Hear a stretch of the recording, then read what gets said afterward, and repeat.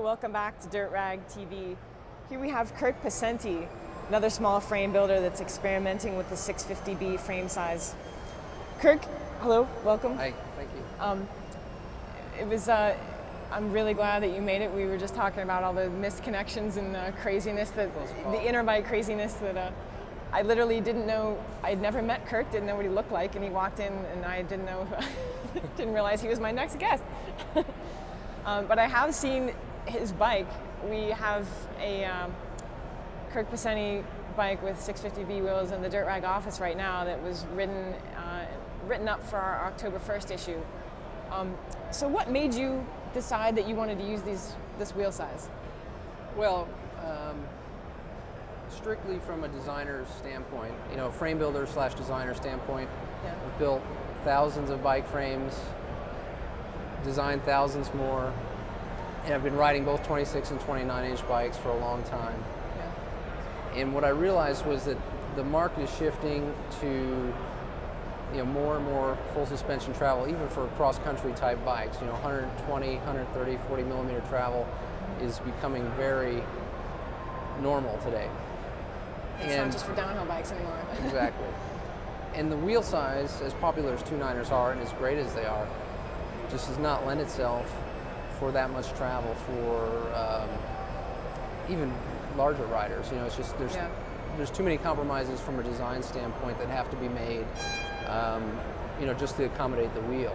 And what I thought was that if you can just reduce that, you can maintain proven geometries, you know, that 26-inch wheel bikes have been built around for 25 years, and gain a lot of the benefits of the larger wheel as well, while keeping the front end low, keeping the chain stays and the wheelbase short, and, you know, standover height. So there's just a myriad of reasons why reeling the wheel size in a little bit to benefit the overall design was a good thing. And, you know, I believe in it strongly enough that I just went ahead and made tires, you know, with no market.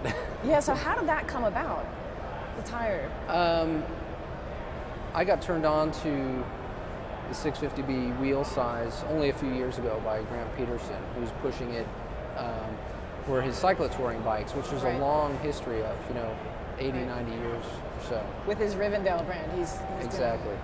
And when I kind of learned about what it was, you know, instantly I saw the application for modern mountain bikes, where you can bridge the gap. You know, having worked at companies like Lightspeed and Merlin, where you're getting demand for 29ers, you know, because that's what is kind of hot right now. Right. For people that are just too small to fit on a well-designed bicycle, you know, around a 29-inch wheel.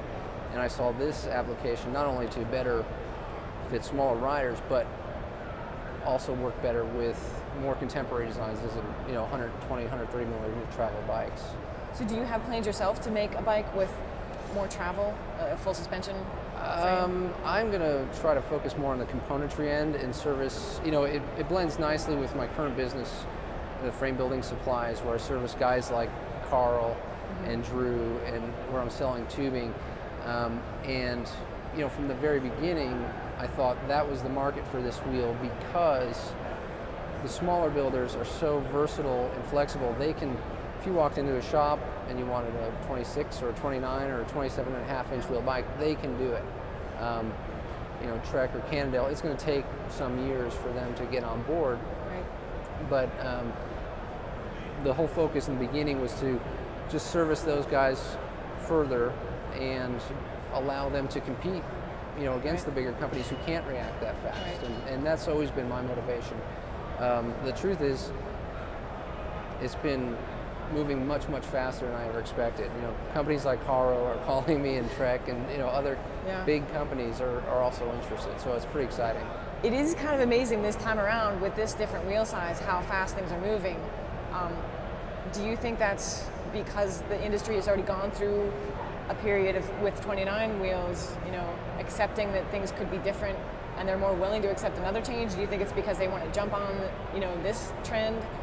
I think it's a combination of a lot of different things. One, 29ers took a long time to grow, but they've proven themselves, and it's a profitable segment for some big companies. Yeah. So now they're a lot more open to other options. I think designers, the guys I've been talking to, like Dave Turner or Noel Buckley, instantly see the benefits of that size over the 29-inch wheel for suspension designs. But you know, there's small people, there's large people, and there's a whole lot of people in between who can, you know, and I think if you can diversify and build bikes suited not only, you know, from 12 inches to 24 inches, but you know, from 26 inches wheels to 29-inch wheels, you know, to continue to have this different size wheels, just as you do for children, for adults. Yeah, exactly. Because there's a large range of sizes of adults, as we know. So, you know, I think it works on a lot of levels, and there's a lot of reasons why companies are more open to it now than you know, if you look at the 29er history, they were to it then. But it's all been very, very positive in response. Great. Yeah, I was interested to see the Haro bike with a long travel. You know, it works. That blew me away. You know, I was thrilled. They weren't even on my radar because, you know, they're a much, much larger company than I'm accustomed to dealing with. And generally speaking, those guys take a couple years. You know, any company that size, you know, it has to. Designs they're working on today may not see production for 2 or 3 years, you know. But Jill really saw the application, the fact that they fit, and the success that they had with their Mary 2.9er.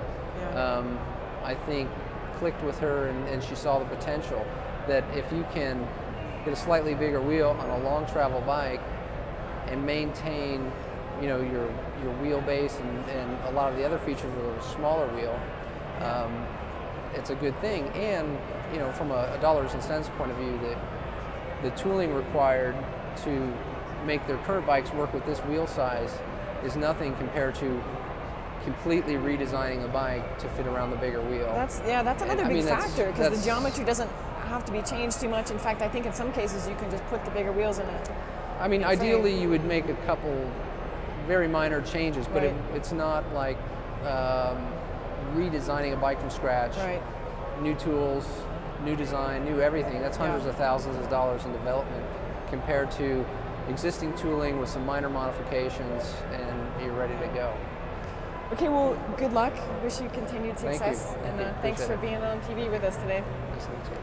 Thank you very much for joining us. This has been a presentation of Dirt Rag TV. If you missed it, you don't know about it just yet, but you can see it on our website. In the future, in our continuing Interbike coverage, we'll have these video segments available. Thank you very much, and we'll see you tomorrow.